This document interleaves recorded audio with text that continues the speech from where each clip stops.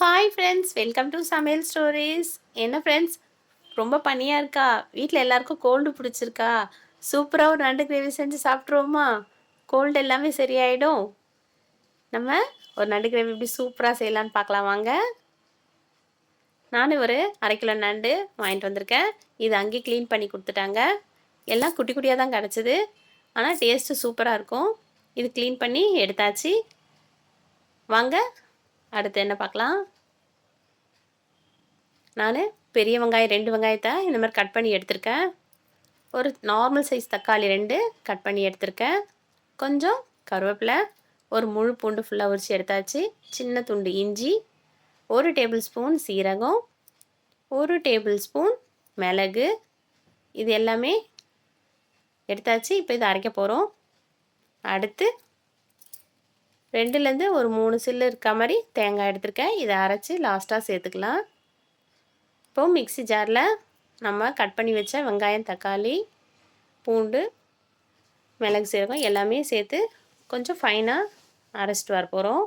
இது 1/2 கிலோ நண்டுக்கு கரெக்டாக இருக்கும். இது உங்களுக்கு கிரேவி கொஞ்சம் வேணும்னா இதில் எல்லாமே கொஞ்சம் கொஞ்சம் எக்ஸ்டெண்ட் பண்ணிக்கோங்க.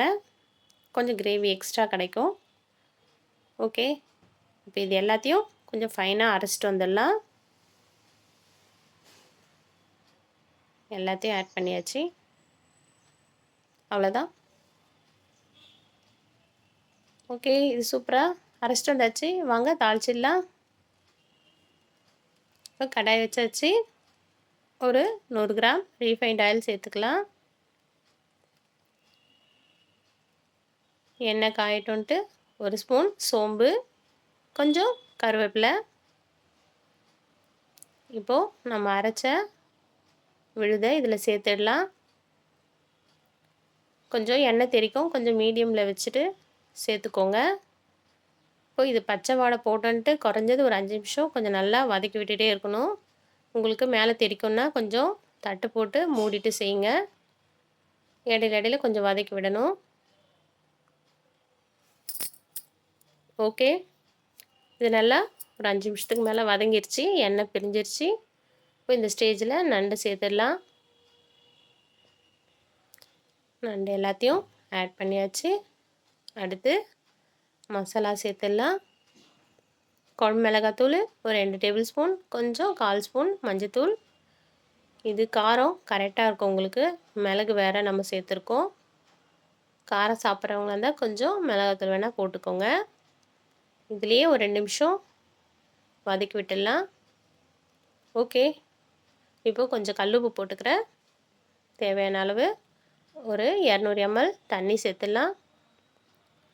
இது ஒரு 5லேருந்து ஒரு 6 நிமிஷம் போதும். சின்ன நண்டுனால கொஞ்சம் சீக்கிரமாகவே வெந்துடும். கொஞ்சம் தட்டு போட்டு மூடிடலாம். ஓகே, குறைஞ்சது ஒரு 6 நிமிஷத்துக்கு மேலே ஆயிடுச்சு.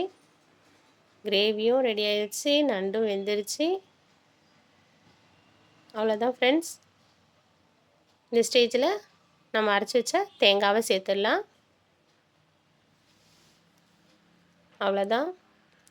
சும்மா வாசனையாக ஒரு நண்டு கிரேவி ரெடி ஆயிடுச்சு. வாசனை வீடே தூக்கும். இது டேஸ்ட்டு இன்னும் சொல்லவே தேவையில்ல. நீங்கள் கண்டிப்பாக செஞ்சு ட்ரை பண்ணுங்கள்.